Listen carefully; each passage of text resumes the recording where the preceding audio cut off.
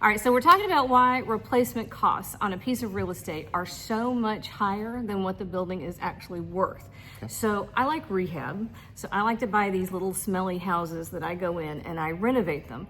But if a property burns to the ground, I should be able to go in and rebuild the property for what I paid for it, right? Well, you would think so. Insurance and common sense don't always go hand in hand. So I want to know why not. On an insurance policy, most policies are offered on a replacement cost basis. Okay, what does that mean? So that means that we're gonna run a valuation on what it would cost to rebuild your home as it stands. Okay. So let's just use a 2,000 square foot home. Okay. You may have found a great deal, and there's still some to be had out there. You said it needed some work. So let's say you pick it up for even $200,000. Okay. Be a pretty good deal. It would be a good deal. All right, so you bring it to the insurance agent. He's going to run that 2,000 square foot replacement cost estimator. Around $200 a square foot is what you're going to pay. So the insurance replacement cost, the cost to rebuild the house, is going to be nearly $400,000. Why? You put $200,000 into it, but to rebuild is going to be $400,000 because you're going to start from the ground up. Not only do you have debris removal, site preparation, but you have the total rebuild cost of the home to put it back as it was. Right, okay. So one of the questions that I've already gotten on my real estate channel, because I have a new real estate channel. So one of the questions that I had gotten was that I should be doing new construction instead of rehabbing because new construction is guaranteed, right? And my answer to that was that I can do better because I'm starting with a certain part of the property that's already in place, right? Sure. So when I'm insuring that property, what is it that you look at as far as the underwriting goes? What are you looking at for what I already have in place? Sure, so there's a couple different conditions we want to look at. One is just the overall condition of the property. Okay. So if the home is in poor shape and the roof needs repair and the plumbing has been a problem and so on and so forth. Like somebody I know. Yeah. Exactly. We're going to start out maybe not on a total replacement cost policy. Okay. We may do what's called actual cash value, which would be the actual value of the home versus the full replacement cost of the property. Now, new construction versus rehabbing, part of the reason that you're getting a deal is because you don't know what you're getting. Right. And yes, you would know what you're getting with new construction. Yes. Same with the insurance company. We don't know what we're walking into either. So as you take over the property and you improve that property, then the policies that we're able to offer, the coverages we're able to offer become more expansive, better coverages. Starting out at the low end of that though, if you have a home that needs rehab, one of the things we're mainly going to be looking at more than even the structure are the liability hazards. Right. Because you may have $1 million liability on a $150,000, $200,000 home. So we're going to be looking at the legal term is attractive nuisance. Are there things that would draw people onto that property, make them want to come visit? Is it an old property that has historic value? They see, hey, it's vacant right now. We're going to come check it out. And you've not even invited them, but they've wandered their way onto your property and they fall off the front porch or they get injured in some way. Well, the insurance company and you are going to get a lawsuit that could far outweigh the value of that property in that home. So that's one of the main things we're going to look at going in on a property like that. All right, so that brings up a good point.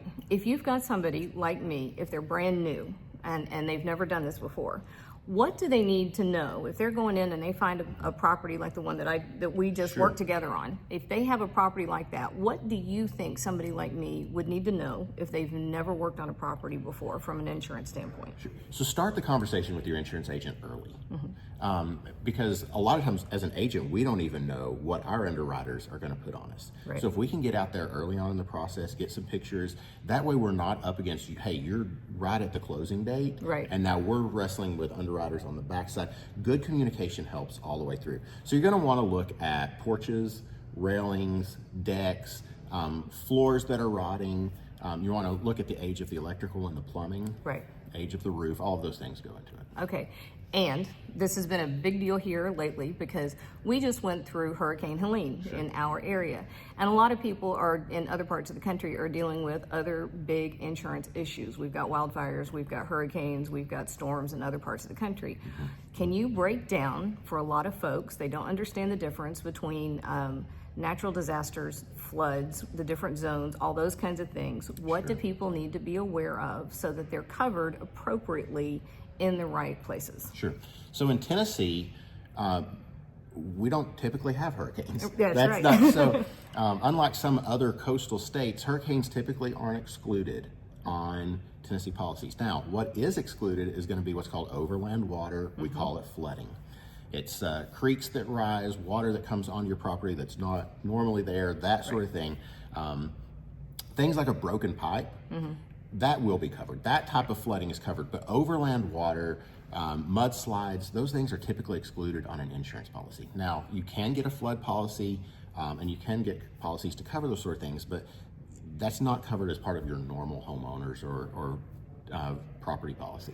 Okay, and last couple things. In particular, if somebody like me, if I'm going to be a homeowner, I want one type of coverage. Sure. But what if I move out and I put a tenant in there? What do I need to know that's going to keep me covered? Great. So most policies do have, whether it's 30, 60, or 90 days, if it's owner occupied and the owner moves out, there's a difference in terms between unoccupied and vacant.